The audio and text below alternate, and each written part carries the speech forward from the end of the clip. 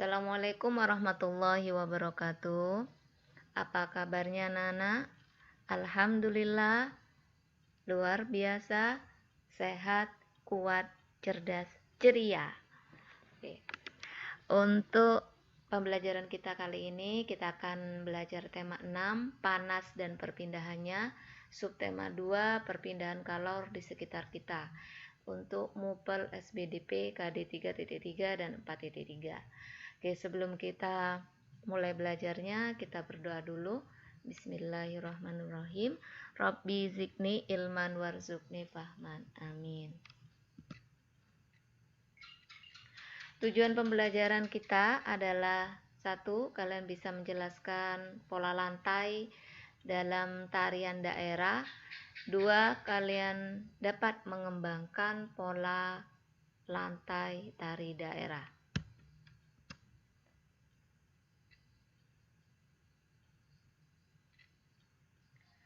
Pola lantai dalam tarian daerah, tentunya kalian masih ingat, ini kita sudah belajar di semester 1, tapi tidak ada salahnya kalau kita mengingat kembali.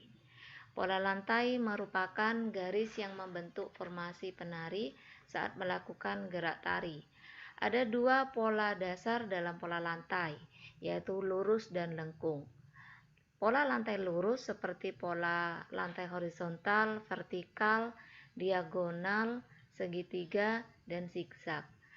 Nah, pola lantai lengkung seperti pola lantai lengkung ke depan, lengkung ke belakang, lingkaran, dan angka 8.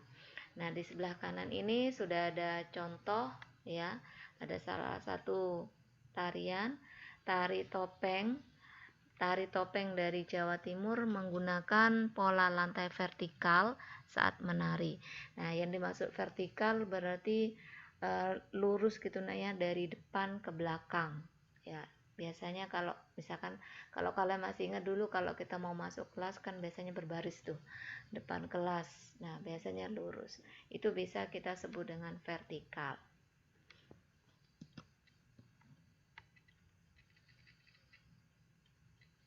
Nah, di sini ada gambar tari pendet. Tari pendet dari Bali menggunakan pola lantai diagonal saat menari. Nah, pola lantai diagonal seperti pada contoh gambarnya ya. Di situ seperti gambar X ya. Seperti huruf X.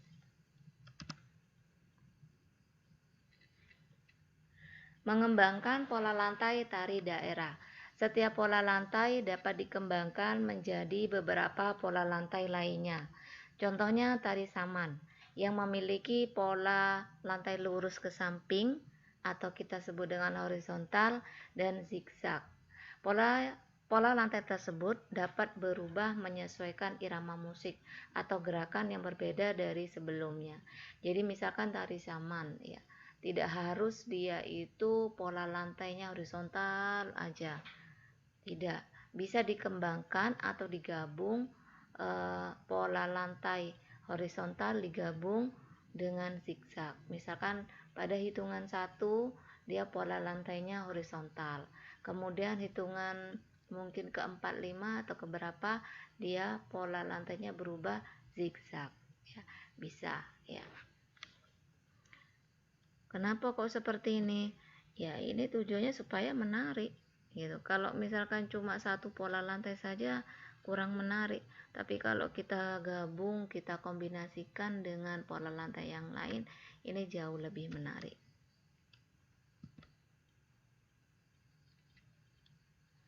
Nah, perhatikan gambar pola lantai berikut. Di sini ada 3 contoh gambar pola lantai. Untuk yang paling atas hitungan 1, pola horizontal. Berarti yang tadi saya bilang itu lurus ke samping ya, atau kita sebut dengan pola horizontal. Begitupun dengan gambar yang kedua. Misalkan hitungan 2 membentuk pola zigzag. Nah, zigzagnya di sini perhatikan yang dari sebelah kiri pada gambar kedua, zigzagnya yang pertama ya. Yang lingkaran pertama, lingkaran kedua maksudnya ini penarinya. kemudian yang penari ketiga, penari keempat, penari kelima.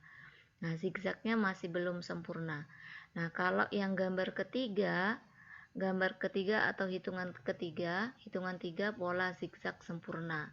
Nah, jadi di sini penari, kemudian penari lagi yang kedua, penari ketiga, penari empat, penari kelima. Nah, ini zigzagnya lebih teratur. Nah, karena ini lebih teratur, maka pola zigzag sempurna.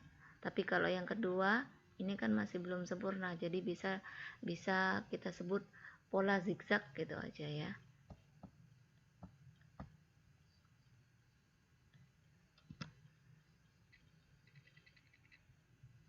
Nah, sekarang kita ke refleksi.